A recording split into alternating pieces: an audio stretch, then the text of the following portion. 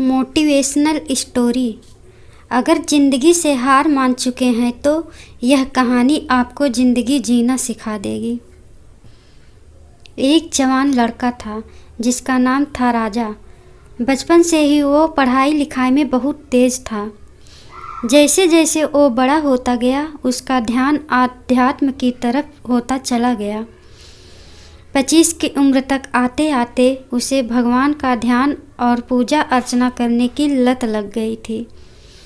हालांकि उसकी बचपन से ही इच्छा थी कि वह बहुत ज़्यादा पैसा कमाए। इसके लिए वो हमेशा कुछ ना कुछ करने के भी सोचता था, लेकिन कुछ करता नहीं था। उसका भगवान को याद करते करते 5 से 6 साल कब बीत गए पता ही नहीं चला। हालांकि भगवान का ध्यान करना और उन पर विश्वास करना कोई बुरी बात नहीं है, पर राजा इतने सालों से ऐसा करते करते बहुत ही ज़्यादा आलसी हो चुका था। वह अमीर बनना तो चाहता था, लेकिन सिर्फ योजना बनाकर छोड़ देता था, कुछ करता नहीं था। जैसे जैसे समय बीतता गया उसको अपने जीवन और भविष्य के बारे में और ज़्यादा चिंता होने लगी।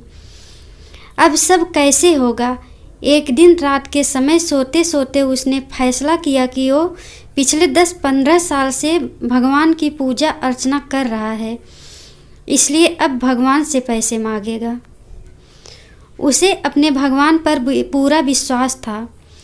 उसे यकीन था कि इतने सालों से वो भगवान को याद कर रहा है तो भगवान उसकी प्रार्थना ज़रूर सुनेंगे। उसी दिन से वो हर रोज़ जब भी भगवान की पूजा करता, उनको याद करता तो उनसे लाखों रुपए की मांग जरूर करता। राजा अब 42-40 साल का हो गया था, पर भगवान के द्वारा उसके अमीर बनने की इच्छा अब तक पूरी नहीं हुई। वह बहुत ज़्यादा परेशान रहने लगा और उसे इस बात को लेकर काफ़ी ज़्यादा मानसिक आघात भी पहुंचा। 20 साल से वो अपने भगवान की पूजा कर रहा था, लेकिन उन्होंने उसकी इच्छा पूरी नहीं की। अब राजा को लगने लगा कि उसका जीवन पूरी तरह से खत्म हो चुका है। वो पागल सा रहने लगा और पूजा अर्चना सब छोड़ दिया। हाँ, और रात को सोते समय अभी भी एक बार भगवान को याद करके ज़रूर सोता था और मन ही मन उनसे पूछता था कि क्यों आपने मुझे अमीर नहीं बनाया। सिर्फ कुछ लाख रुपए ही तो मांगे थे मैंने। यूँ करते करते दिन बीतते गए। एक रात राजा भगवान को याद करके सोया ही था कि अचानक भगवान उसके सपने में आए। उनके दोनों हाथों में नोटों की गड्डियाँ भरी हुई थी। राजा खुद को बहुत ही हल्का महसूस कर रहा था और उसे यह सपना नहीं बल्कि हकीकत महसूस हो रही थी।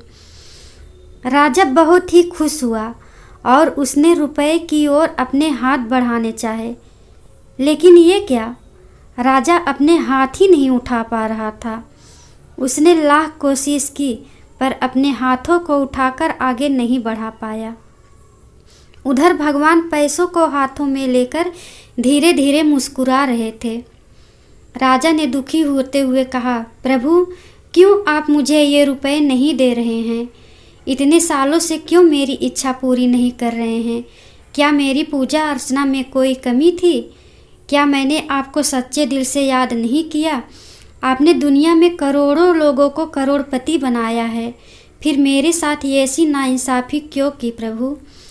इतने सालों में एक भी दिन ऐसा नहीं गया जब मैंने आपको याद ना किया हो। भगवान मुस्कुराए और बोले, राजा तुम्हारी पूजा अर्चना में कोई कमी नहीं। तुम मुझ पर पूरा विश्वास करते हो, ये भी जानता हूँ। तुम एक सच्चे दिल इंसान हो और मैं तुमसे खुश हूँ, तभी तो तुम्हारे लिए अपने हाथों में इतनी दौलत लिए खड़ा हूँ। राजा ने कहा, तो प्रभु आप मुझे ये रुपए देते क्यों नहीं? भगवान ने कहा, मैं तो रुपए ये देने ही आया हूँ, लेकिन तुम इन्हें ले नहीं पा रहे हो।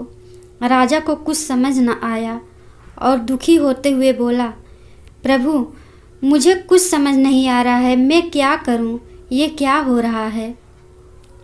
तब भगवान ने कहा, शांत हो जाओ पुत्र और मेरी बात ध्यान से सुनो।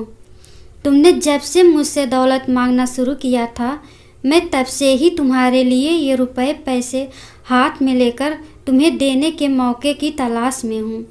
लेकिन इतने साल बीत गए, तुम मुझे मौका ही नहीं दे रहे हो और ये पैसे देने का। राजा ने कहा, प्रभु मैं समझा नहीं।